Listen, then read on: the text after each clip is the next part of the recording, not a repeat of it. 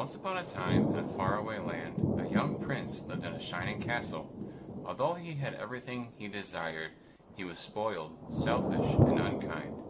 One freezing night, an old beggar woman came to the castle. She offered the prince a red rose in return for shelter from the cold. Repelled by her ragged appearance, he sneered at the gift and turned her away. "Do not be deceived by appearances," she warned him, "for beauty is found within."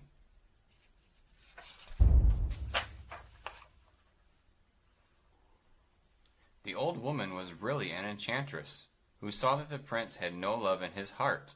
As punishment, she transformed him into a hideous horned beast and placed a spell on everyone in the castle.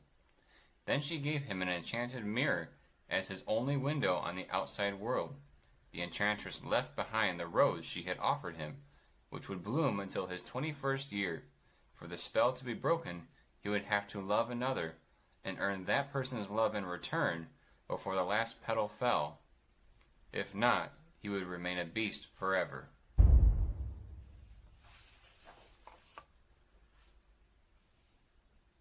Not far from the castle was a charming little French village. There lived a beautiful girl named Belle, who loved to read about far-off places, daring sword fights, magic spells, and princes in disguise. She always had her nose in a book, and the villagers laughed at her, even though they liked her. Belle was so different from them. One bright fall morning, Belle crossed the town square. She was too busy with her book to notice handsome, conceited Gaston, whom all the other village girls admired. But Gaston had noticed Belle. "Now that's the girl I'm going to marry," he vowed. "She's the only one who's worthy of me." Just then a loud explosion boomed from Belle's cottage. "Papa!" she cried, running for home. In the smoke-filled cottage, Belle was relieved to find her father, Maurice, in one piece. "What happened, Papa?" she asked, gazing at the ruins of his newest invention. "I'll never get this hunk of junk to work," cried Maurice in frustration, giving his contraption a kick. "Yes, you will, Papa," said Belle. The invention looked like an old engine on wheels with a huge armchair attached to it. A maze of pipes, whistles, bells, ropes, and pulleys erupted from the back. Inspired by Belle's confidence in him, Maurice seized the tool and went back to work. That afternoon, as Maurice set off with the invention, Belle called after her father, "You'll win first prize at the fair." Their patient horse, Philippe, carried Maurice and pulled the heavy cart behind them. A cold fog soon swallowed up the travelers. Hours later, they were still on the road. Absent-minded Maurice pulled out his map and exclaimed, "This thing is printed upside down. We'll never get there. Come on, Philippe, let's take this shortcut through the woods." Philippe whined nervously at the gathering darkness. Mist rose around them, and a cloud of bats took flight. Maurice looked back fearfully at the sound of prowling wolves, and Philippe reared up in alarm and lunged forward. "Whoa, Philippe, whoa!" cried Maurice, as the terrified horse almost ran them over a cliff. Then Philippe heard a blood-chilling howl and threw his rider off.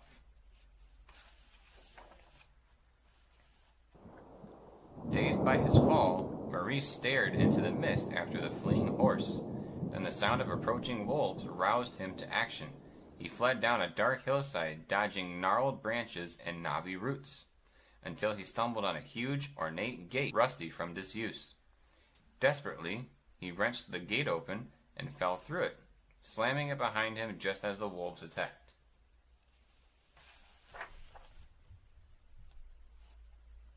Breathless, Maurice crossed the neglected grounds of a forbidding castle and approached the door. When no one answered his knock, he stepped cautiously inside.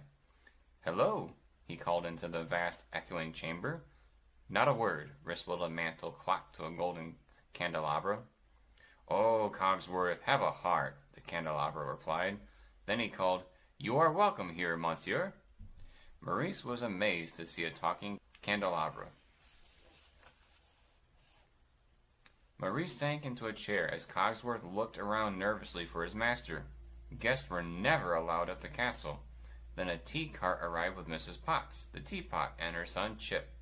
Suddenly, a huge hulking figure stormed into the room and loomed over Maurice. "A stranger," growled a savaging voice.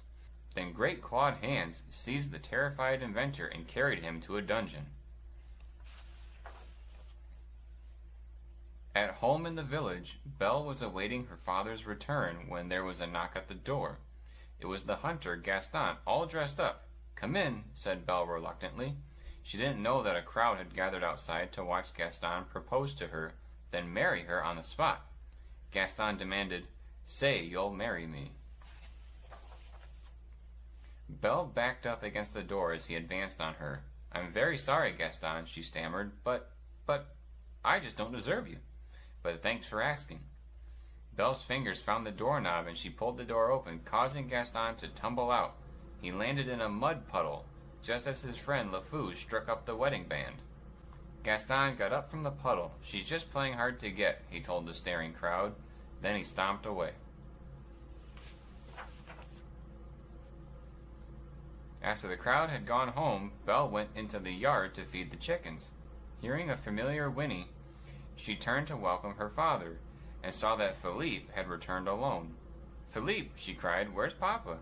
The big horse snorted and whined anxiously. "What happened?" asked the terrified Belle. "Oh, you must take me to him." Belle gathered her skirt and leapt astride the tired horse, who turned bravely and thundered back toward the dark forest. Horse and rider plunged into the gloomy trees, but Philippe slowed down as they approached the crossroads. "Which way, Philippe?" asked Belle.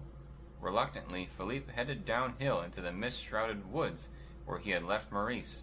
Soon they arrived at the gates of the forbidding castle. "What is this place?" asked Belle in wonder. Timidly, Belle entered the silent castle. "Papa?" she called. "Are you here? It's Belle." Cogsworth, Lumiere, and Mrs. Potts, astonished, followed her silently through the halls. "Don't you see?" Lumiere whispered to Cogsworth and Mrs. Potts. "She's the one we've been waiting for, the one who will break the spell." At last, Belle found Maurice in the remote dungeon. "Oh, Papa," she exclaimed, "your hands are freezing. We have to get you out of there." Suddenly, Belle sensed danger and whirled around to see a massive shape in the shadows. "I'm the master of this castle," the beast growled. "Please," she exclaimed, "let my father out of here. He's sick." "He shouldn't have trespassed here," replied the beast. "Then take me instead," Belle demanded. The beast stepped out of the shadows, and when she saw him clearly, she gasped in horror. "You must promise to stay here forever," said the beast. "You have my word," Belle replied steadily, despite her fear. "Belle, no!" cried Maurice. "You don't know what you're doing!" But the beast dragged him from the cell and took him to the courtyard. "Take him to the village," the beast said to a carriage, which trotted away with Maurice inside. Belle watched from the window, sobbing because she hadn't been able to say goodbye to her father. The beast returned to the tower to find Belle crying. "I'll show you to your room," he said gruffly, not knowing what else to do. As Belle followed him, he added, "You can go anywhere you like, except the west wing. That's forbidden." The beast opened the door to a comfortable bedroom and said awkwardly, "You'll, join me for dinner." Belle was left alone with the wardrobe, who was thrilled to have a beautiful girl to dress.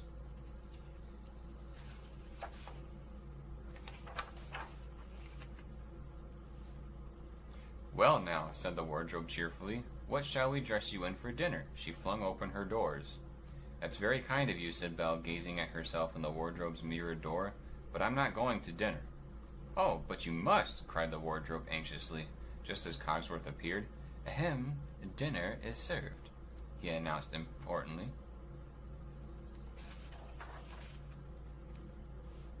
Downstairs, the beast drummed angrily on the table as his servants advised him to be patient with their visitor. "Master," said Lumiere, "have you thought that perhaps this girl could be the one to break the spell? You fall in love with her, she falls in love with you, and poof! The spell is broken. We'll be human again by midnight." "It's not that easy, Lumiere," said Mrs. Potts. These things take time. It's no use, said the beast. But if she doesn't eat with me, then she doesn't eat at all. Back in the village, at the tavern, Gaston was brooding about Belle, when Maurice burst into the room, muddy and wild-eyed. "Help!" he cried. "He's got Belle locked in a dungeon. We must go." "Slow down, Maurice," demanded Gaston. "Who's got Belle locked in a dungeon?" "A beast!" cried Maurice. "A horrible, monstrous beast!" The others burst out laughing, convinced that the old inventor was crazy. As two of Gaston's cronies were about to hustle Maurice to the door, Gaston narrowed his eye in thought. Pulling LeFou aside, he said, "I have a plan." Later that night, Belle got very hungry. She found her way to the kitchen and heard the stove complaining to Mrs. Potts. "I work and slave all day long, and for what? A culinary masterpiece gone to waste." Belle stared curiously at the stove, which fell silent when it saw her. "I am a little hungry," Belle confided to Mrs. Potts. "You are?" cried Mrs. Potts excitedly. "Stoke the fire," she called to Cogsworth and Lumiere. "Break out the silver, wake the china. Remember what the master said about feeding her," warned Cogsworth, but Mrs. Potts paid no attention to him. "Right this way, mademoiselle," said Lumiere, leading Belle into the dining room. "Be our guest." With that, the bottles popped their corks and the dishes began to sing and dance with gusto as Lumiere conducted. The feather dusters formed a lively chorus line that swept up the sputtering Cogsworth. It was a wonderful cabaret show, staged for the castle's first guest in years. Mrs. Potts bubbled with delight. The serving pieces brought in one delicious course after another. When the banquet was over, Belle stood up and cheered. "Bravo! That was wonderful!" she exclaimed, clapping. "Now I'd like to look around if that's all right." Belle had been warned not to go into the west wing, but when the others weren't looking, she sped upstairs and entered the beast's lair. The dirty room was strewn with broken furniture, cracked mirrors, ripped clothes, and gnawed bones. The only beautiful, living thing was the enchanted rose, glowing inside a bell jar. When Belle reached out to touch the rose, the beast leapt into the room. "Why did you come here?" he roared. "Get out!" Terrified, Belle turned and fled down the stairs. She hurried outside and raced to the stable for Philippe. They escaped from the castle into the freezing night. Suddenly, Philippe snorted in alarm, and Belle saw cruel yellow eyes blazing in the dark. The wolves! Philippe broke into a frenzied gallop. Branches tore at them as they raced through the forest with the wolves following close behind. Philippe reared in terror as a wolf snapped at his heels. Belle was thrown off, and Philippe's reins caught on a tree branch.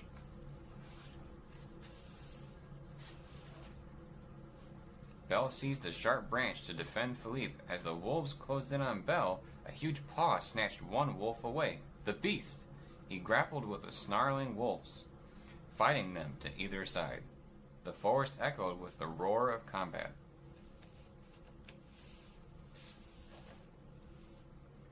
The wolves were no match for the beast's fury. One of them bit his arm before he sent it flying with a sweep of his great paw. The wolf slammed against a tree and lay still. Then the rest of the pack slunk away. The beast staggered and fell to the ground.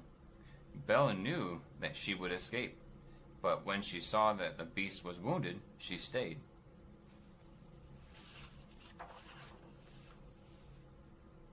Supporting the beast between them, Belle and Philippe went back to the castle. When Belle tried to put a compress on the beast's arm, he roared, "That hurts!"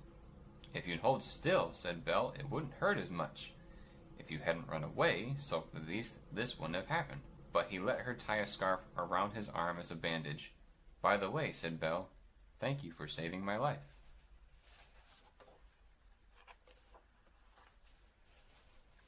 After that incident, the whole household was delighted to see a friendship growing between Belle and their master.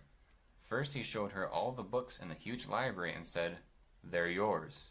The next day, Belle and the beast had dinner together. Awkwardly, the beast sat in a small chair and tried to practice his manners. After dinner, the beast shyly led Belle to the ballroom. Together they danced to a beautiful love song. Lumiere couldn't believe his eyes. All was proceeding as he had hoped. Belle and the beast were falling in love. At last, the spell that had imprisoned the castle's inhabitants would be broken. The beast led Belle out onto the terrace. The beast asked her, "Belle, are you happy here, with me?" "If only I could see my father again, just for a moment," Belle answered. "There is a way," said the beast, and he brought out the enchanted mirror. When they looked into it, they were shocked to see Maurice lost in the forest, shaking with cold as he searched for Belle. "Papa!" cried Belle. "Oh no, he's sick and alone." "Then you must go to him," said the beast, handing her the mirror. He said, "Take it with you, so you'll always have a way to look back and remember me." "Thank you for understanding how much he needs me," said Belle, touching the beast's paw. Then she ran to the courtyard and rode away, as the beast watched from his balcony. When the beast went inside, he said sadly to Cogsworth, "I let her go." "You what?" cried Cogsworth. "How could you?" "I had to," he said. "Why?" asked Cogsworth, near tears. "Because I love her," sighed the beast. With the mirror's help, Belle found Maurice and brought him home.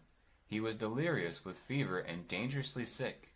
When Maurice began to recover, he could scarcely believe that the beast had let Belle go.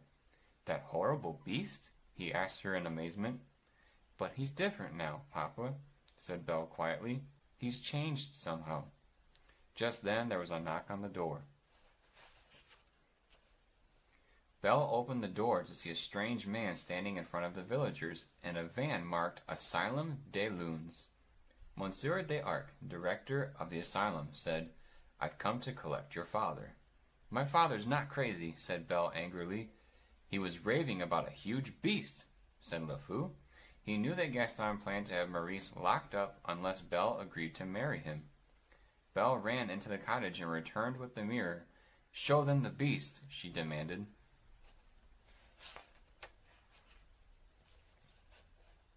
When the villagers saw the beast in the mirror, they screamed.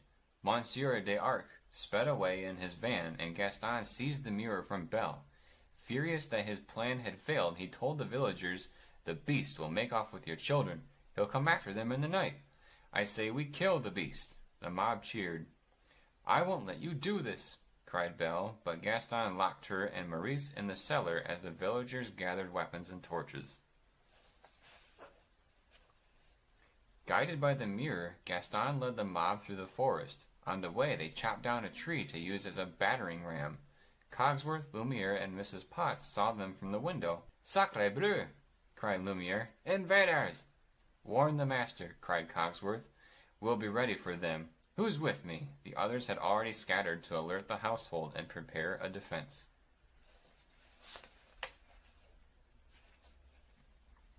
The battering ram crashed through the door and the villagers entered the castle. At first, all was quiet.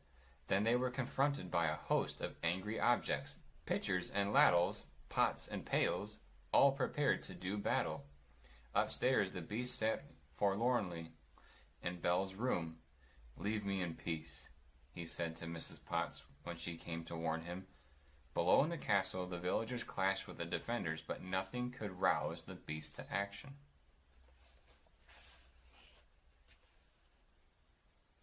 As the fighting raged below, Gaston stalked the halls in search of the beast. At last the hunter found him in his lair.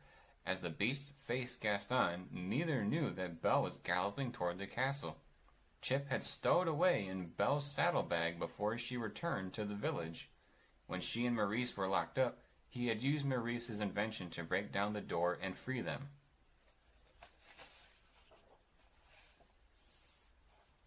When Belle arrived, she saw that Gaston had forced the beast onto a balcony. She watched in horror as he clubbed the unresisting beast, driving him toward the edge of the steep roof. "No!" cried Belle. She rode Philippe into the castle and up the stairs. At the sound of Belle's voice, the beast was roused to fight off his attacker. As Belle reached his lair, he grabbed Gaston and gripped him tightly by the throat. "Let me go," pleaded Gaston. "I'll do anything." The beast struggled with himself, but he had become too human to kill another person. Growling, he pushed Gaston away and turned to Belle. As Belle and the beast embraced, Gaston pulled a knife from his boot and stabbed the beast in the back. With a cry of pain, the beast turned on his attacker. Terrified, Gaston took a step backwards. As Gaston backed away, his foot caught on the rain gutter. He tripped and plunged from the roof. A great hush fell over the castle as rain splattered the balcony. The beast looked at Belle, then collapsed. Belle ran to the beast's side and embraced him. "You came back," he said weakly, trying to smile. "At least I got to see you one last time." Struggling against tears, Belle cried, "Don't talk like that. You'll be all right." In the beast's lair, the rose's last petal was about to fall. "Maybe it's better this way," said the beast.